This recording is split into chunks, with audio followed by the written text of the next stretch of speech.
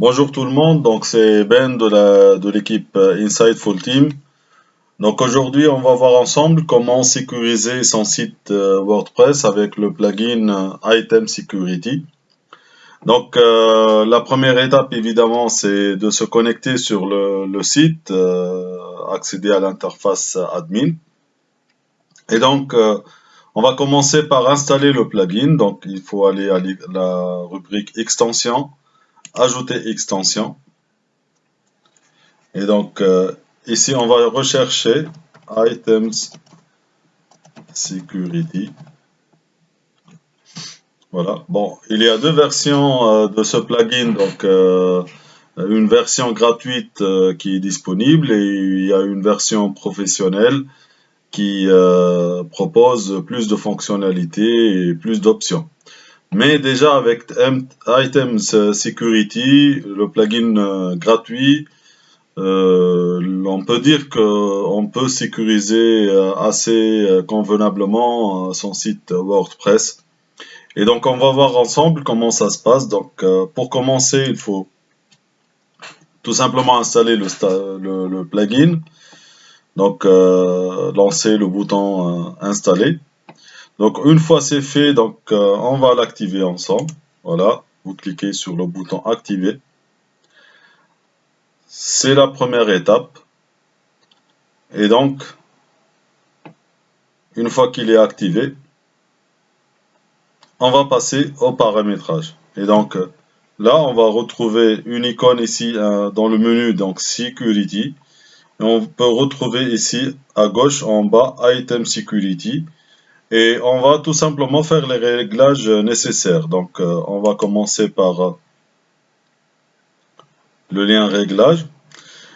Et donc là, le plugin va nous proposer une panoplie de fonctionnalités avec voilà, donc blocage d'utilisateur, sauvegarde de base de données, protection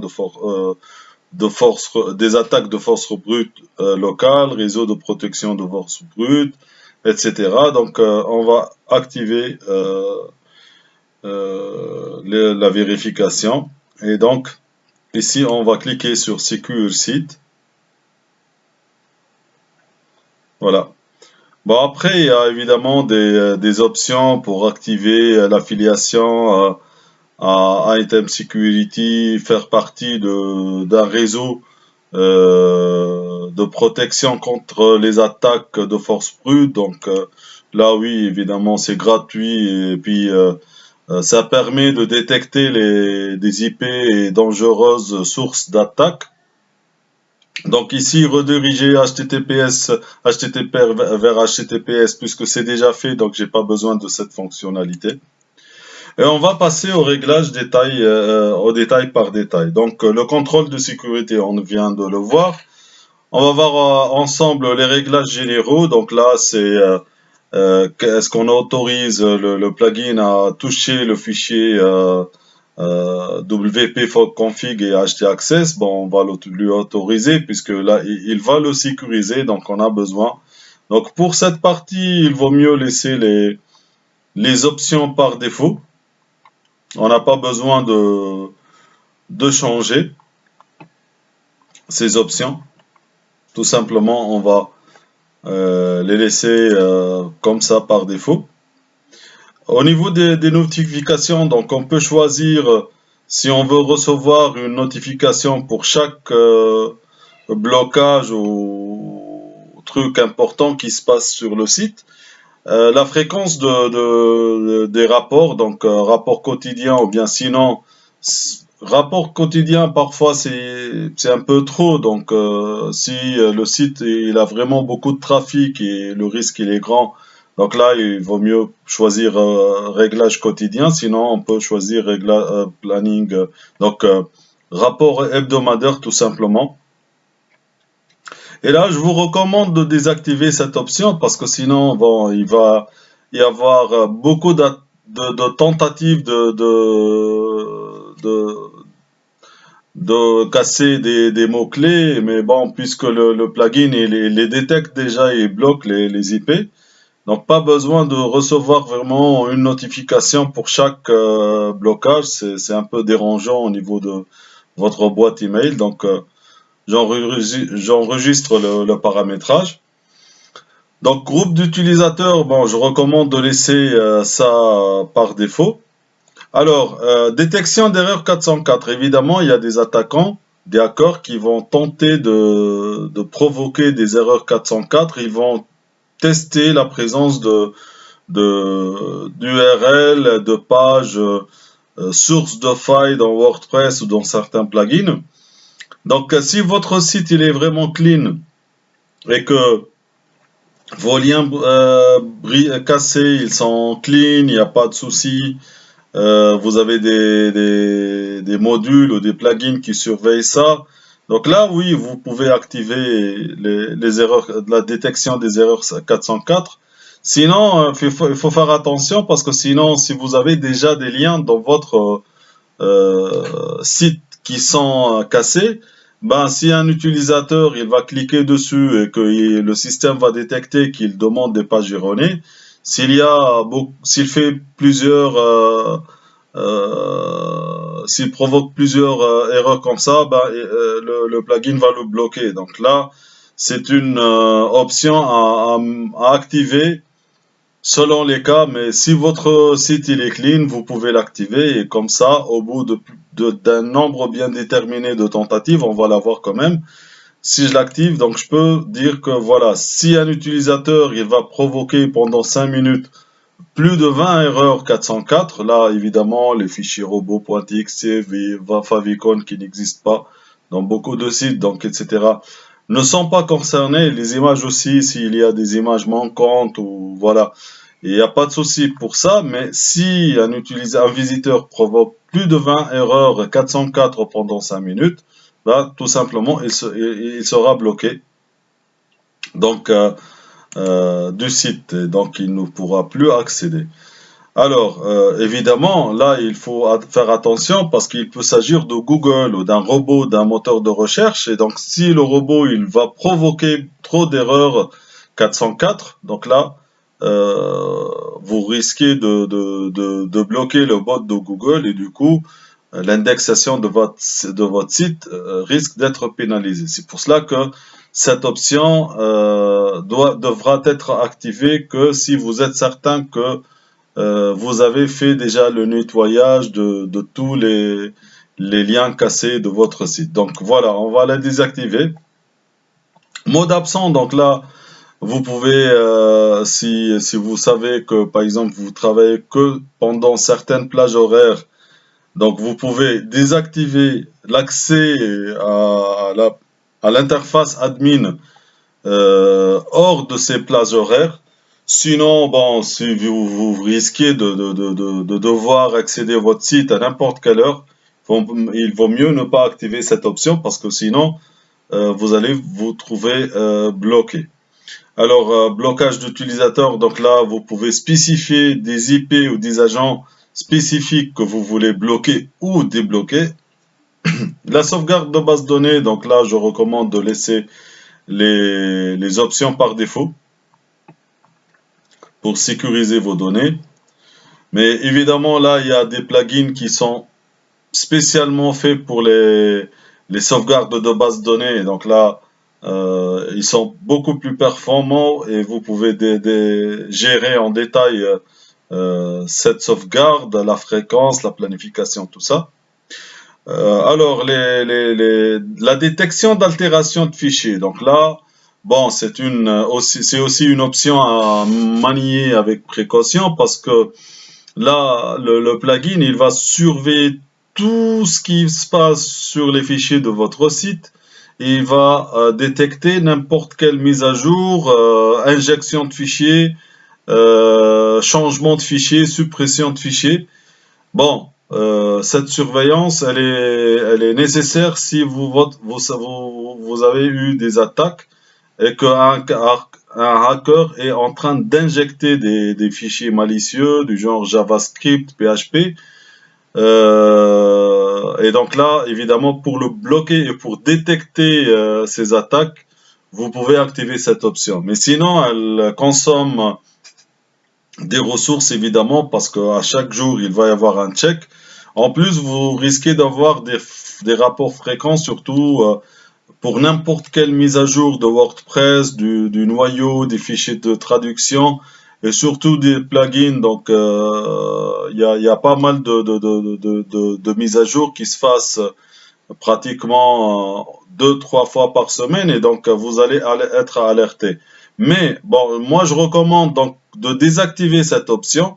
Mais si vous êtes certain que votre site est cible d'attaque et vous ne connaissez pas d'où provient cette attaque ou bien la faille qui a permis cette attaque, la meilleure solution c'est d'activer cette option. Comme ça, dès qu'il y a une nouvelle attaque, vous la détectez et vous savez quels fichiers ont été injectés sur votre site, répertoire ou répertoire WordPress et vous pouvez donc cerner un peu la faille de sécurité qui existe. Bon, la permission de fichier, donc là, c'est l'équivalent des permissions FTP. Vous pouvez bloquer certains fichiers en lecture seule ou bien en lecture-écriture, etc., etc. Donc, c'est du classique. Vous pouvez le faire même avec votre logiciel FTP. La protection d'attaque de force brute, là, vraiment, il est fort Item Security puisqu'il permet de détecter toute tentative d'attaque pour casser vos mots de passe. Et donc là, il est très performant puisqu'il va surveiller de manière permanente donc les tentatives, que ce soit avec accès admin ou voilà. Et dès qu'il détecte plusieurs tentatives de mot de passe erroné ou de login erroné ou voilà, donc là il va détecter ces tentatives, il va bloquer l'IP pendant un certain moment. Donc vous pouvez ici après 5 tentatives ou maximum 10 tentatives par connexion et par identifiant, il va bloquer tout simplement. Et là alors, évidemment, pour une meilleure sécurité de votre blog WordPress, il est recommandé d'éviter d'utiliser l'identifiant admin en tant qu'identifiant principal. Il vaut mieux mettre, je sais pas, admin ou bien un pseudo que vous utilisez ou votre adresse email qui donc là, si vous n'utilisez pas admin comme login, vous pouvez bloquer immédiatement toute tentative essayant d'accéder à votre interface admin avec ce login. Et là, évidemment, il y a beaucoup de hackers qui essayent de détecter cette faille, puisque c'est un pseudo par défaut que beaucoup de webmasters utilisent malheureusement, mais évidemment ça facilite la tâche des hackers pour casser la protection et votre mot de passe. Donc là, faire partie de réseau force brute, donc là vous avez une clé API par défaut, puisque je l'ai activé. Donc là, c'est mon site, il va faire partie du réseau Item Security Pro. Et donc dès qu'une source d'attaque elle est détectée sur les autres sites du réseau, l'information sera partagée et donc vous êtes averti, votre site il est automatiquement averti.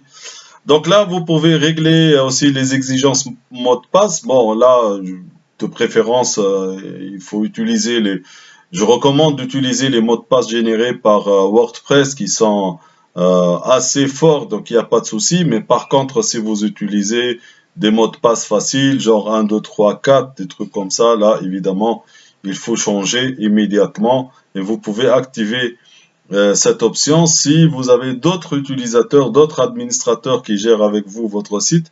Et dans ce cas, ils ne pourront plus utiliser leur compte avec des mots de passe entre guillemets faciles ou facilement cassables.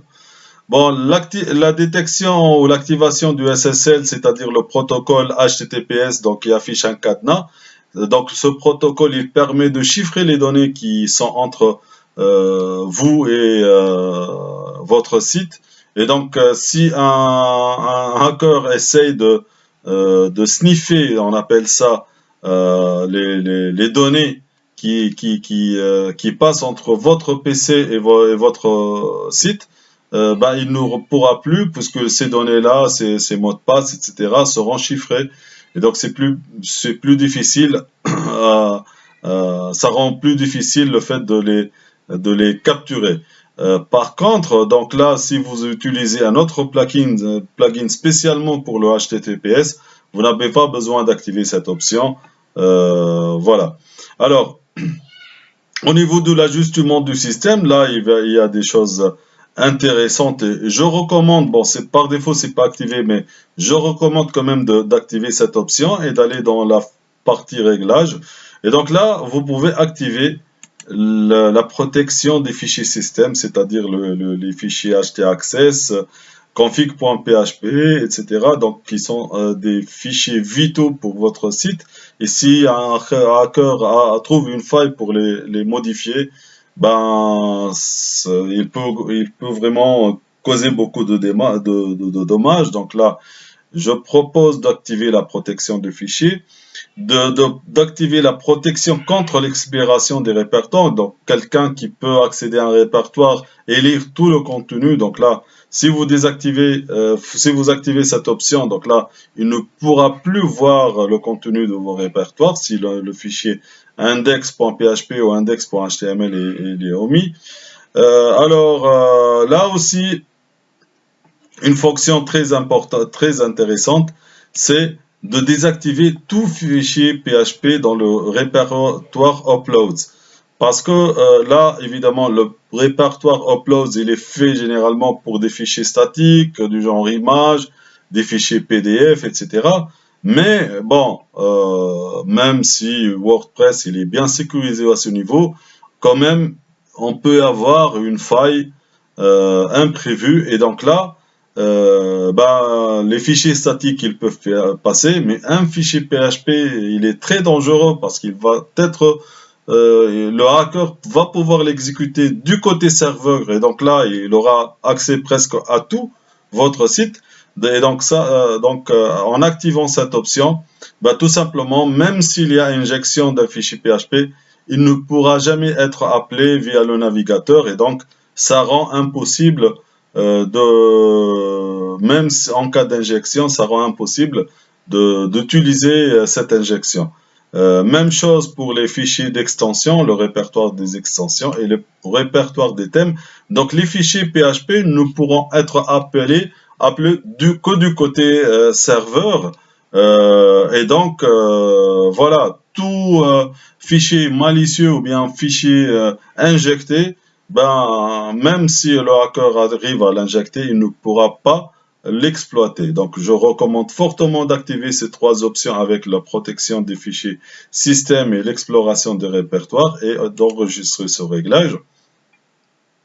Alors, maintenant, on arrive aux ajustements WordPress, donc configurer les réglages.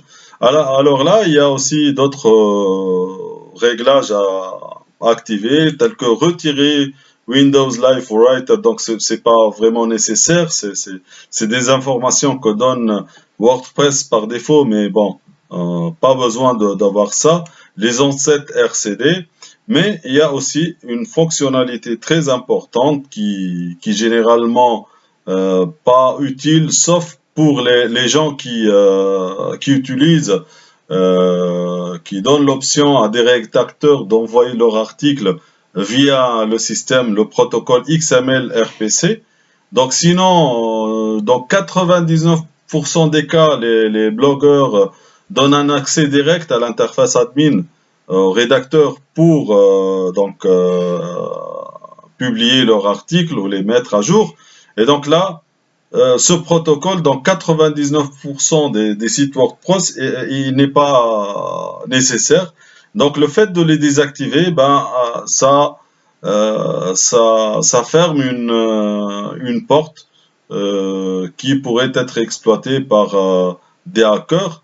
Il y a des hackers qui bombardent ce protocole parce que bon, c'est un protocole qui est protégé par un login et un mot de passe aussi. Mais le fait de le bombarder aussi, ça montre que bon, il y a des tentatives. Donc fermer carrément, désactiver carrément cette fonctionnalité ferme directement la porte et vous permet de détecter les tentatives et donc de bloquer les IP. Alors, même chose pour les tentatives d'authentification multiple XML RPC. Donc là, on a bloqué carrément le service, mais on va détecter aussi les tentatives. L'API reste c'est la même chose, donc par défaut, elle est restreinte, donc c'est pas totalement ouvert, c'est pas l'option par défaut. Et donc, je recommande d'activer cette option. Bon, désactiver les messages d'horaire de connexion, tout ça, c'est pas vraiment utile, donc on peut garder tout ça. Voilà, donc empêcher les miniatures du fichier de passer, etc. Donc voilà, ça c'est les réglages de base. Et en effectuant ces réglages, comme vous avez vu, ça prend que quelques minutes. Ben, notre site il est assez bien sécurisé, évidemment avec la version Pro. On peut ajouter d'autres options telles que les liens magiques, telles que l'analyse des logiciels malicieux, donc détection des malwares, même si ça existe pour la page d'accueil, donc je peux l'activer ici. L'élévation de privilèges, le système de reCAPTCHA, mais ça, je pense qu'il y a des plugins qui sont plus faciles à manier et à installer, donc on va voir ça dans une prochaine vidéo. L'authentification à 2 facteurs, donc toutes ces options sont disponibles dans la version Pro, mais déjà avec la version gratuite, je pense qu'on a assez bien sécurisé notre site. Donc là, pour analyser un peu ce qui se passe, donc on peut voir les journaux. Et dans les journaux, on peut voir les événements, qu'est-ce qu'il y a, est-ce qu'il y a des tentatives d'attaque. Et là, comme vous voyez, par exemple, cette adresse IP, elle a fait des tentatives de casser le mot de passe, connexion non valide, non valide. Et au bout de la 5e tentative, donc comme on l'a paramétré, tout simplement, il a bloqué cette IP. Et cette IP, elle va être bloquée pendant X minutes selon ce qu'on a défini. Mais au bout de plusieurs blocages, cette IP, elle sera tout simplement classée en blacklist et là, elle sera bannie du système pendant long terme. Donc voilà, on a assez bien sécurisé notre site WordPress. On se retrouve dans une autre vidéo. Je vous souhaite une très bonne journée. C'était Ben de l'équipe Insight.